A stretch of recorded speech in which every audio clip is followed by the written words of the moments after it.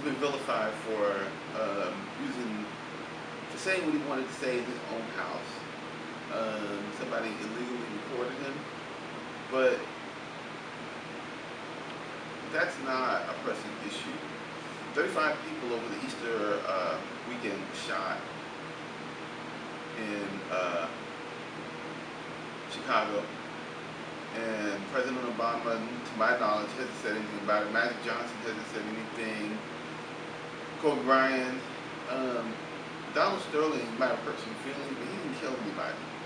So when you look at this tape, I'm going to cue it up in just a moment, and I hope to get some reaction from this tape.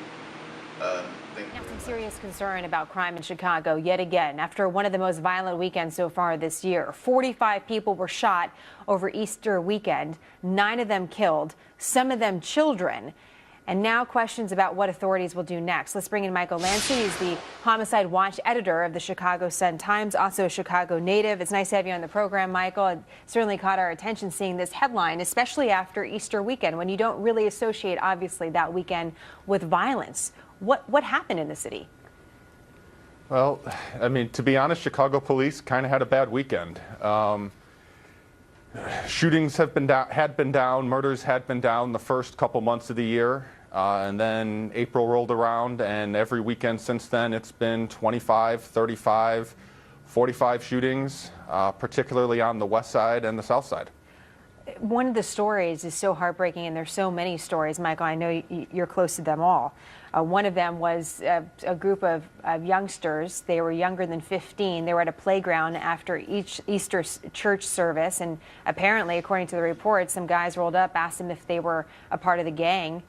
They weren't, but they opened fire on them. And I was looking at some of the statistics. Children seem to be some of the most affected in some of these neighborhoods. Are they being targeted specifically?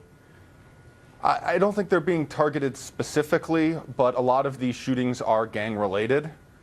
And that's going to include, children as young as 15, 16 years old.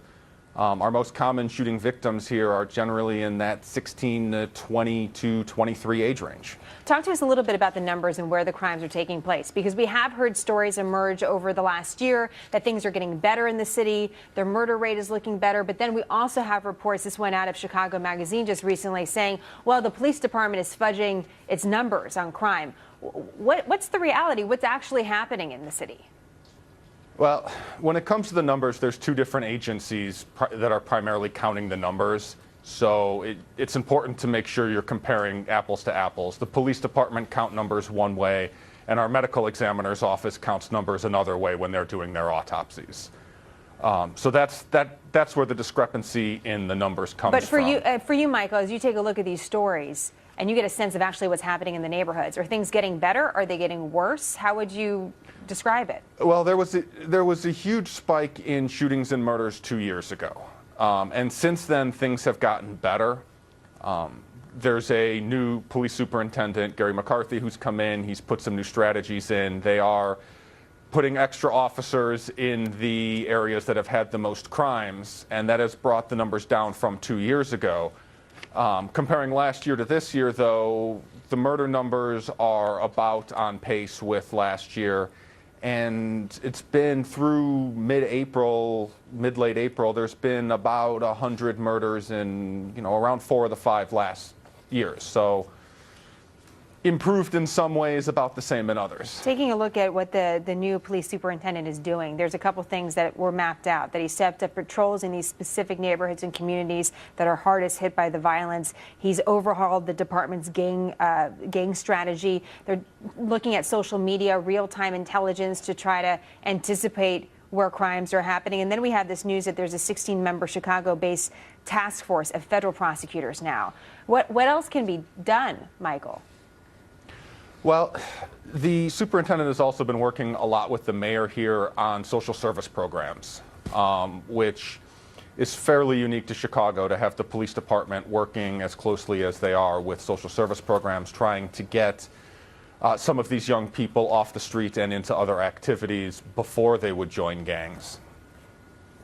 In your experience, are there any success stories, examples of things that have worked? You know, I think a lot of the community-based programs can work. I think in some of these neighborhoods where there is a large gang population, providing youths with other activities is something that may be working in some of these areas. Well, we'll see. Obviously, again, we had kind of a slow, it's hard to characterize it, a slow winter because the weather was so bad. And now that things are warming up in Chicago, you're seeing the violence just come up again. So it's a story we want to continue to watch. Michael, thank you. Nice to have you on the program. Well, thank you very much.